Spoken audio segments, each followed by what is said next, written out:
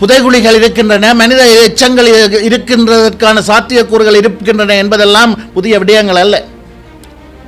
1996ஆம் ஆண்டு காலப்பகுதியிலே எங்களுடைய பாடசாலை மாணவி கிருஷாந்தி அவர்களுடைய விவகாரம், அந்த துன்பகரமான சம்பவம் இடம்பெற்ற போது அது தொடர்பிலே நீதியான விசாரணைகள் நடாத்தப்படாமல் அதனை மூடி மறைப்பதற்கான ஒரு சூழல் அல்லது அதற்கான முயற்சிகள் முன்னெடுக்கப்பட்ட வந்த நிலையிலே குறித்த விவகாரம் தொடர்பாக வெளிப்படைத்தன்மையான நீதியான விசாரணைகள் முன்னெடுக்கப்பட வேண்டும். அனைவருக்கும் வணக்கம். உள்ளூராட்சி தேர்தல் தொடர்ந்து வடக்கு கிழக்கு பிரதேசங்களிலே உள்ளூராட்சி சபைகள் பெருமளவிலே அமைக்கப்பட்டிருக்கின்றன.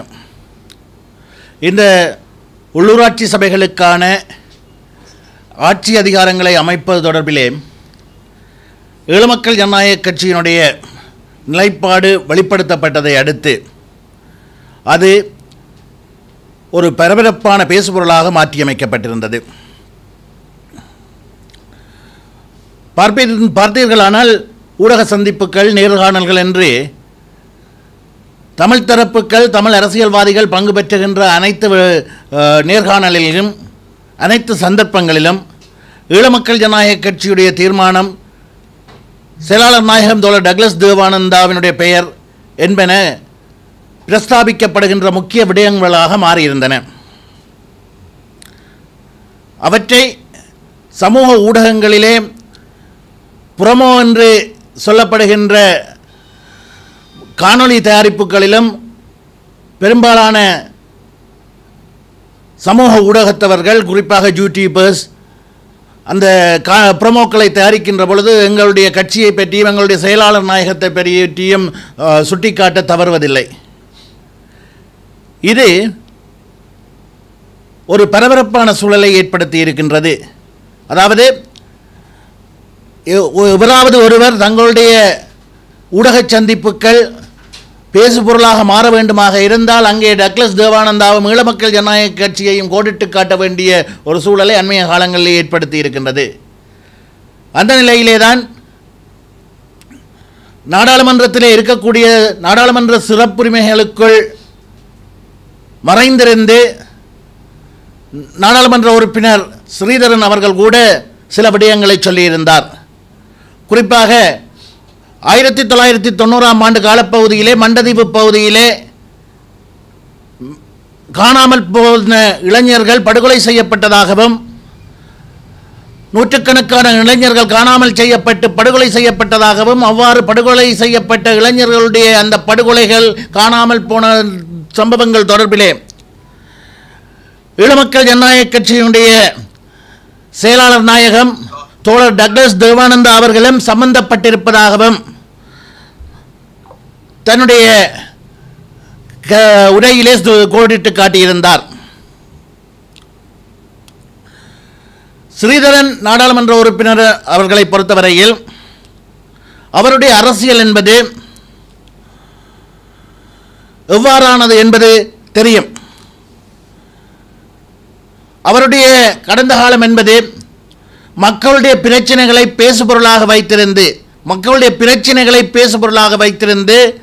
அவற்றுக்கு தக்க ஒரு குரல் கொடுக்கின்ற ஆத்மாண்டவர் போல தன்னை காண்பித்து தன்னுடைய அரசியலை தக்க வைத்துக் கொள்வதுதான் அவருடைய ஒரு தந்திரோபாயமாக இருந்து வருகின்றது. இதனை நன்கு உணர்ந்து கொண்ட தற்போதைய பிரதி நீதியமைச்சர் கூட நீதியமைச்சர் கூட மண்டதீவு விவகாரம் தொடர்பில் கௌரவ ஸ்ரீதரன் அவர்கள் தெரிவித்த கருத்துக்கள் அரசியல் உள்நோக்கம் கொண்டவை என்பதை தெளிவுபடுத்தியதோடு சுட்டிக்காட்டியதுடன் உண்மையான ஆதாரங்கள் இருக்குமாக இருந்தால் அவற்றை வாக்குமூலங்களாக பதிவு செய்யுமாறும் உரிய நடவடிக்கை எடுக்கப்படும் என்றும் தெரிவித்திருந்தார். நாங்கள் இங்கே கேட்க விரும்புவது என்னவென்றால், உண்மையிலேயே மண்டதீவிலே அவ்வாறான சம்பவங்கள் நடைபெற்றிருக்குமாக இருந்தால் அதிலே எங்களுடைய செயலாளர் நாயகம் தோழர் டக்ளஸ் தேவானந்தா அவர்கள் சம்பந்தப்பட்டிருப்பதற்கான ஆதாரங்கள் இருக்குமாக இருந்தால்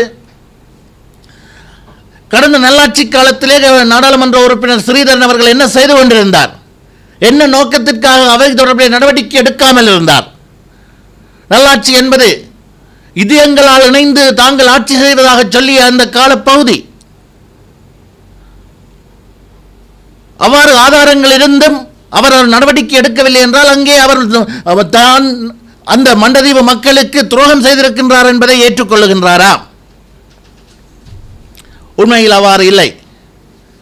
அவ்வாறு ஆதாரங்கள் எதுவும் இல்லாத சூழலிலேதான் தற்போது எங்களுடைய செயலாளர் நாயகத்திற்கும் ஈழ மக்கள் ஜனநாயக கட்சிக்கும் அபகீர்த்தியை ஏற்படுத்தும் வகையிலும் தற்போது ஏற்பட்டுள்ள அந்த அரசியல் சூழலை, எமக்கான அந்த சாதகமான அரசியல் சூழலை குழப்பும் வகையிலும் இவ்வாறான கருத்துக்களை முன்வைத்திருக்கின்றார்.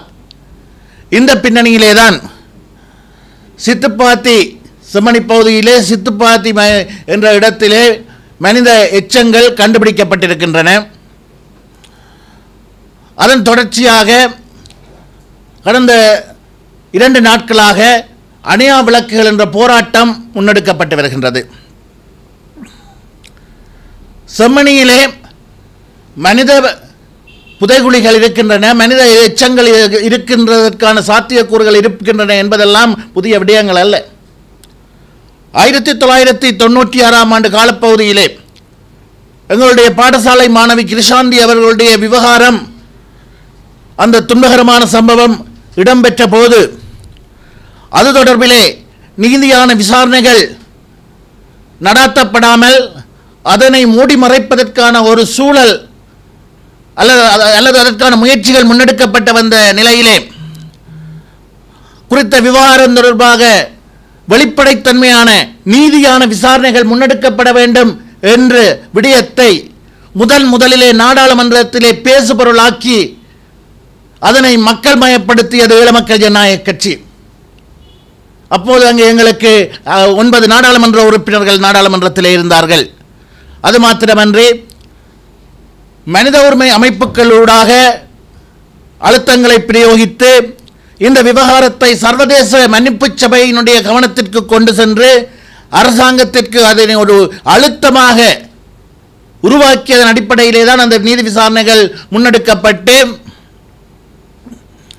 குற்றவாளியும் இனங்காணப்பட்டிருந்தார். அவ்வாறு இனங்காணப்பட்ட குற்றவாளி பகிரங்கமாகவே தன்னுடைய வாக்குமூலத்தில் செம்மணி பகுதியிலே 600க்கும் மேற்பட்ட மனித எலும்புக்கூடுகள் புதைக்கப்பட்டிருப்பதாக, மனித உடல்கள் புதைக்கப்பட்டிருக்கின்றன என்ற கருத்தை முன்வைத்திருந்தார்.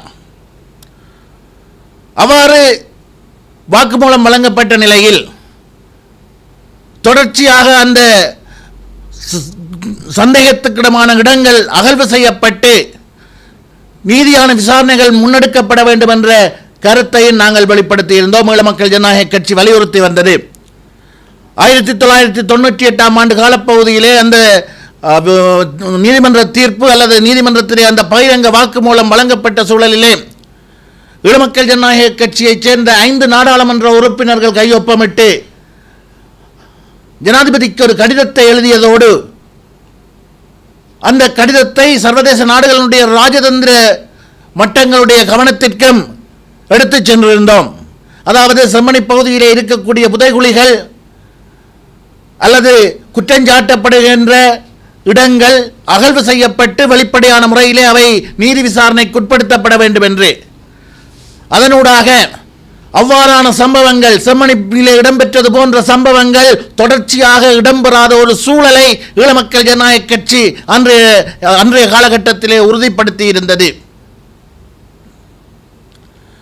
இவ்வாறான பின்னணியிலே தான் தற்பொழுது சித்துப்பாத்தி பிரதேசத்திலே மனித எச்சங்கள் அடையாளம் காணப்பட்டு முன்னெடுக்கப்பட்ட ஆய்வுப் பணிகளிலே 19 மனித எலும்புக்கூடுகள் கண்டுபிடிக்கப்பட்டிருக்கின்றன. இவ்வாறான எலும்புக்கூடுகள் பல்வேறு பிரதேசங்களிலும் காணப்படுவதற்கான சாத்தியங்கள் இருக்கின்றது. இந்த செம்மணி பகுதியிலே 96ஆம் ஆண்டு இலங்கை அரசாங்கத்தினால் உருவாக்கப்பட்ட அந்த துன்பகரமான சம்பவங்களுக்கு தவிர மேலும் சில சம்பவங்களும் இடம்பெற்றதற்கான தகவல்களும் இருக்கின்றன.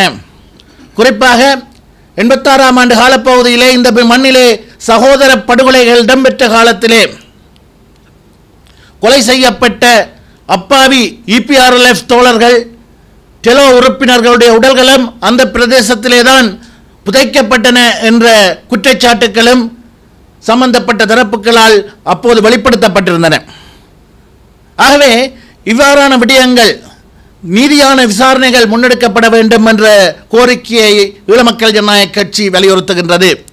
இவ்வாறான புதைகுழிகள் சந்தேகத்துக்கிடமான இடங்கள் ஆய்வு செய்யப்பட வேண்டும். அவை செம்மணி மட்டுமல்ல, மண்டைதீவாக இருந்தால் என்ன, மன்னாராக இருந்தால் என்ன, முல்லைத்தீவாக இருந்தால் என்ன, அத்தனை இடங்களிலும் இருக்கக்கூடிய சந்தேகத்துக்கிடமான புதைகுழிகள் ஆய்வு செய்யப்பட்டு அகலப்பட்டு அவற்றிலே இருக்கக்கூடிய எச்சங்கள் மீட்கப்பட்டு அந்த எச்சங்கள் எந்த காலப்பகுதியில் புதைக்கப்பட்டவை, எந்த காலப்பகுதிக்கு உரியவை என்று விஞ்ஞான ரீதியாக அடையாளம் காணப்பட்டு சம்பந்தப்பட்ட தரப்புகள் அடையாளப்படுத்தப்பட வேண்டும். அவற்றுடன் தொடர்புபட்ட தரப்புகள் யார் என்பது அடையாளப்படுத்தப்பட வேண்டும். இவ்வாறான ஒரு வெளிப்படைத்தன்மையான ஒரு நீதியான விசாரணைகள் முன்னெடுக்கப்படாததன் காரணமாக இதுவரையிலே பாதிக்கப்படுகின்ற தரப்பாகவும் ஈழமக்கள் ஜனநாயக கட்சி இருப்பது என்பதுதான் வேதனையான விடயம்.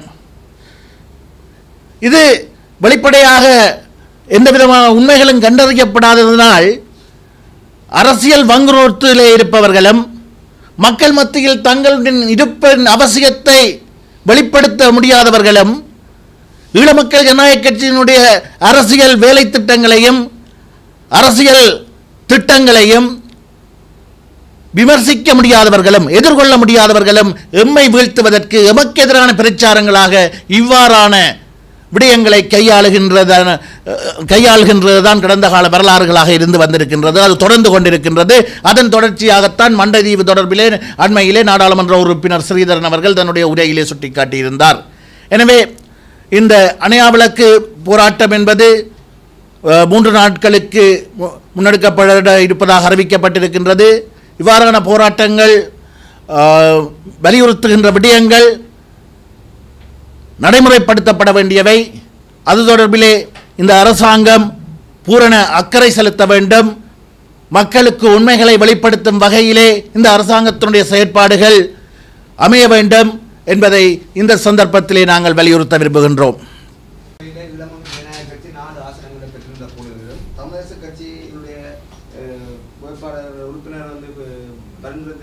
காரணம் என்ன? அதே நேரம் ஏனைய சபைகளில் தமிழரசு கட்சிக்கு ஈழமக்கள் ஜனநாயக கட்சி ஆதரவு வழங்கி வந்த நிலையில அதிக ஆசனங்களை பெற்ற என்ற ரீதியில ஏன் தமிழரசு கட்சியிடம் ஈழமக்கள் ஜனநாயக கட்சி ஆட்சி அமைப்பதற்கான கோரிக்கை ஆட்சி அமைக்க வாய்ப்பு இருந்தும் அதை நீங்கள் விட்டுக் கொடுத்ததுக்கான காரணம்? நாங்கள் ஆரம்பத்திலேயே மிகவும் தெளிவாக சொல்லியிருந்தோம். எந்த ஒரு சபைகளிலும் ஆட்சியை அதிகாரத்தை கைப்பற்றுவதற்கான தீர்மானமோ அல்லது ஆட்சி அதிகாரத்தில் பங்கெடுப்பதற்கான தீர்மானமோ எங்களிடம் இல்லை. அடுத்த சில ஆண்டுகள் உள்ளூராட்சி மன்றங்களை பொறுத்தவரையில் ஒரு ஆரோக்கியமான எதிர்த்தரப்பாக இருந்து மக்களின் பிரச்சனைகளை கையாள இருப்பதாகவும் மக்கள் நலன் சார்ந்த விடயங்களை பேச இருப்பதாகவும் தெரிவித்திருக்கின்றோம். அந்த அடிப்படையிலே தான் எங்களுடைய தீர்மானங்கள் அமைந்திருந்தன. இந்நிலையிலே தமிழரசு கட்சி தாங்கள் ஆட்சி அமைக்க முயலுகின்ற இடங்களிலே தங்களுக்கான ஆதரவை தருமாறு கோரியிருந்தது. அதேபோன்று அதிக ஆசனங்களை பெற்றுக்கொண்ட ஊர்காவத்துறை பிரதேச சபையிலே எங்களை ஆட்சி அமைப்புக்குமாறும் ஆலோசனையும் வழங்கியிருந்தது. அதற்கான ஆதரவை தாங்கள் தருவதாக சொல்லியிருந்தார்கள். இருந்தாலும் நாங்கள் எங்களுடைய இலக்கு என்பது, எங்களுடைய தீர்மானம் என்பது ஒரு ஆரோக்கியமான எதிர்த்தரப்பாக இருந்து மக்கள் நலன் சார்ந்த பிரச்சனைகளை கையாள்வது என்ற அடிப்படையிலே ஏதோ ஒரு சபையிலே ஏதோ ஒரு தரப்பினுடைய ஆதரவை பெற்று ஆட்சி அதிகாரத்திற்கு வருவோமாக இருந்தால், ஆட்சி அமைப்போமாக இருந்தால், அது வடக்கு கிழக்கு பிரதேசத்திலே எங்களுடைய அரசியல் இலக்கை அல்லது அரசியல் தீர்மானத்தை முன்னெடுப்பதற்கு ஒரு இடையூறாக அல்லது அசௌகரியமாக அமைந்துவிடும்.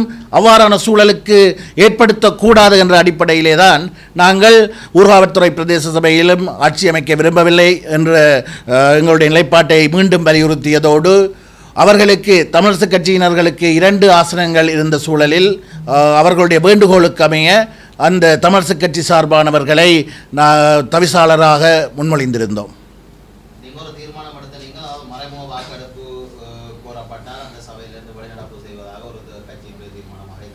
கரவட்டியில் மட்டும் மரபு வாக்கெடுப்புக்கு சில சமயம் ஒரு உறுப்பினர் சபையில் இருந்ததாகவும் ஒருவர் வெளியேறியதாகவும் சொல்லப்படுது.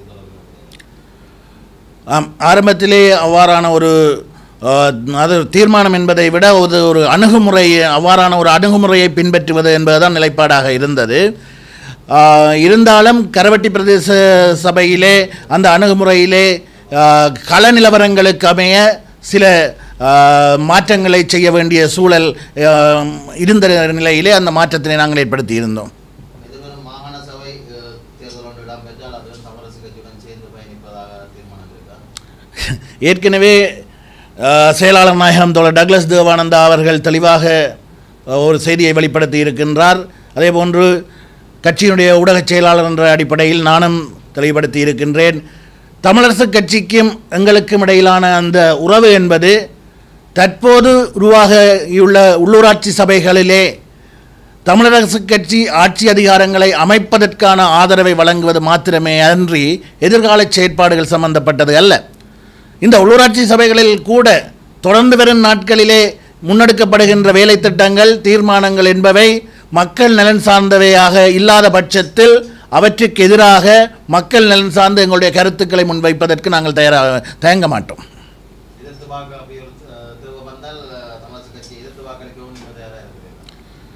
சந்தர்ப்பம் ஏற்பட்டால், மக்கள் நலன் சார்ந்து அவ்வாறான தீர்மானத்தை எடுக்க வேண்டிய சந்தர்ப்பம் ஏற்பட்டால் நிச்சயமாக வாக்களிப்போம்.